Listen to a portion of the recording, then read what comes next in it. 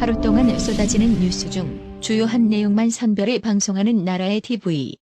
2023년에도 나라의 TV를 아껴주시고 성원도 부탁드립니다.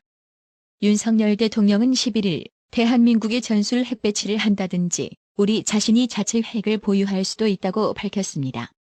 윤석열 대통령은 이날 청와대 영빈관에서 외교, 국방부 연두 업무 보고를 받은 뒤 마무리 발언에서 만약에 그렇게 된다면 오랜 시간이 안 걸려서 우리 과학기술로 더 빠른 시일 내에 우리도 핵을 가질 수 있다며 이같이 말했습니다. 북한의 핵 위협이 심각해질 것을 전제로 말한 것이나 대한민국 대통령이 다시 자체 핵 보유까지 언급한 것은 이례적으로 평가되는데요. 다만 윤석열 대통령은 늘 현실적으로 가능한 수단을 선택하는 것이 중요하다며 지금은 한미 간의 미국 핵 자산의 우려에 관해서 우리가 정보를 공유하고 함께 참여하고 공동 기획, 공동 실행하는 논의가 전개되고 있다고 말했습니다. 윤석열 대통령은 저는 그것이 우리의 안보를 미국이 지켜주는 개념이 아니라 서로 간의 안보 이익에 있어서 공통된 이해관계가 정확히 일치한다고 보고 있다며 그런 차원에서 논의가 진행되고 있다고 소개했습니다. 지금 보시는 영상은 김건희 여사가 11일 오전 대구 중구 서문시장을 방문한 장면인데요. 김건희 여사는 이날 서문시장에서 어묵을 먹으며 상인들과 대화를 나눴습니다. 또 떡집에 가서는 떡을 시식하고 분식 가게에 가서는 대구의 별미인 납작만두와 떡볶이를 먹는 등 각종 음식을 사 먹었고 이 과정에서 만난 상인 및 시민들과 두루 인증샷을 찍기도 했습니다. 한 아이를 품에 안고 휴대폰 카메라 앞에서 포즈를 취하는 모습도 눈길을 끌었습니다. 양손을 머리에 올려 하트 표시를 하며 시민들에게 인사를 하는 모습에도 시선이 향했습니다. 분식을 파는 한 상인과는 서로 새끼손가락을 걸고 엄지손가락으로 일명 도장을 찍으며 재방문을 약속하기도 했습니다. 김건희 여사가 머무르는 동안 시장은 인산인해를 이뤘습니다. 이제 민주당이 막 나가기로 작당한 모양입니다.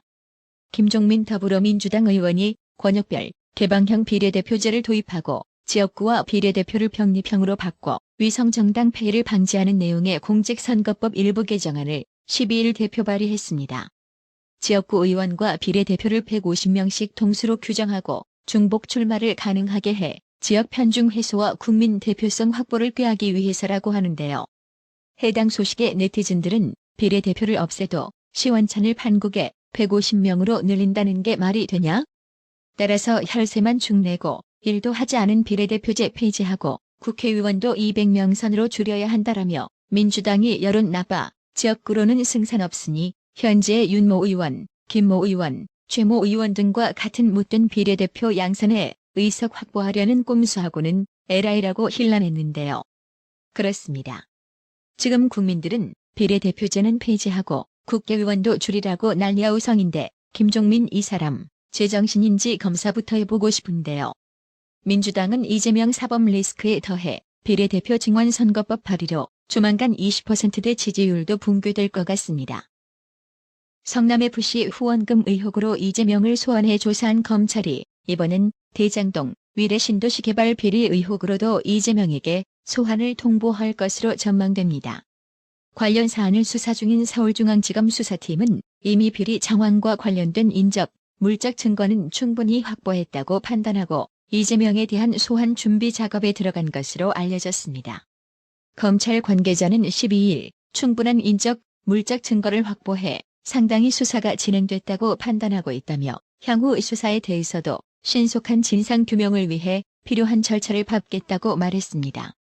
또 이재명에 대한 소환 조사 여부를 묻는 질의에는 피조사자를 상대로 진술 내용을 들어보는 업무 프로세스가 통상적 원칙이라고 판단하고 있다고 답했습니다.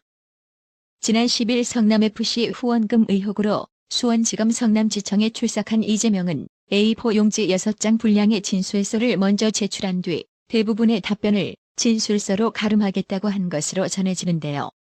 이에 서울중앙지검 수사팀은 대장동 위례 신도시 개발 비리에 대해서도 이재명이 혐의를 부인할 게 분명해진 만큼 더 이상 소환을 미룰 이유가 없다고 판단하고 있습니다.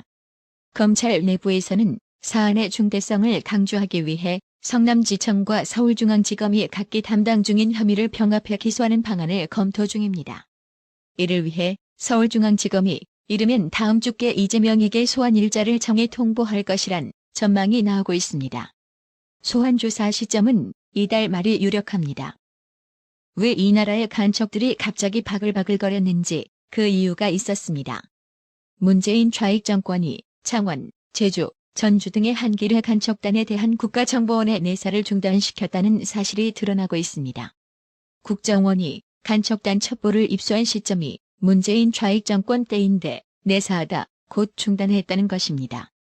내사는 사법당국이 용의자들을 불러 공개 수사를 하기 직전 단계인데요.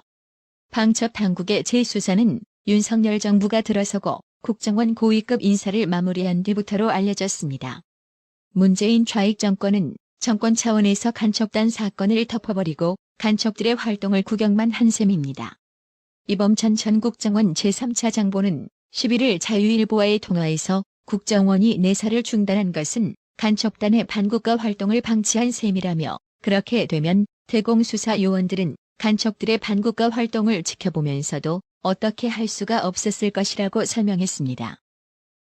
이범찬 전 차장보는 간첩에 대한 첩보를 입수하면 내사를 시작하는데 평균 5년 이상 걸린다면서 이 과정에서 증거를 확보한 뒤 수사에 착수하는 것이라고 설명했습니다. 그런데 내사를 중단하면 간첩들이 계속 활동하는 건 물론 증거까지 파기할 수 있다고 지적했습니다. 이범찬 전 차장보는 과거 사례도 소개했습니다. 노무현 정부 시절 1심회 사건도 당시 김승규 국정원장이 대통령의 지시로 수사를 중단하면서 그 전모가 드러나지 않았던 것이라며 이후 이명박 정부가 출범한 뒤에 추가 수사로 드러난 것이 왕재선 간첩단 사건이라고 밝혔습니다. 김석규 전 국가정보원 방첩국장도 이날 자유일보와 통화에서 문재인 정부라면 간첩 수사를 중단시켰을 가능성도 있다고 풀이했습니다. 남베트남이 공산주의 세력에 패망하는 것을 보고 희열을 느꼈다는 대통령이니 그럴 만도 하다고 김석규 전 국장은 설명했습니다. 문재인 정부와 더불어민주당은 뿐만 아니라 개혁을 앞세워 국정원 대공수사권을 완전히 없애는 법안을 2020년 12월 국회에서 통과시켰습니다. 이 법안은 2024년 1월 1일부터 발효됩니다. 공안검사로 고검장을 지낸 고영주 변호사는 이날 국정원의 간첩단 내사 중단을 지시한 사람은 국가보안법 제4조 및 제11조를 위반한 것이라고 지적하고 국보법 4조는 간첩 행위를 11조는 특수직무유기 행위를 규정하고 있다. 위반 시 각각 무기징역 및 징역 10년형에 처할 수 있다고 덧붙였습니다. 현재 국정원 등 방첩 당국이 간첩단을 찾아낸 지역은 창원, 제주, 전주, 진주, 서울인데요. 당국은 이들이 전국적 조직을 구축한 것으로 보고 있습니다. 나라의 TV는 구독료 후원으로만 운영 유지되고 있으니 구독자님들의 따뜻한 정성이 필요합니다. 항상 뉴스 전달 방식에 노력하는 나라의 TV가 되겠습니다. 구독 그리고 알람 설정, 뉴스 영상 내용이 좋았다면 좋아요를 클릭해주세요.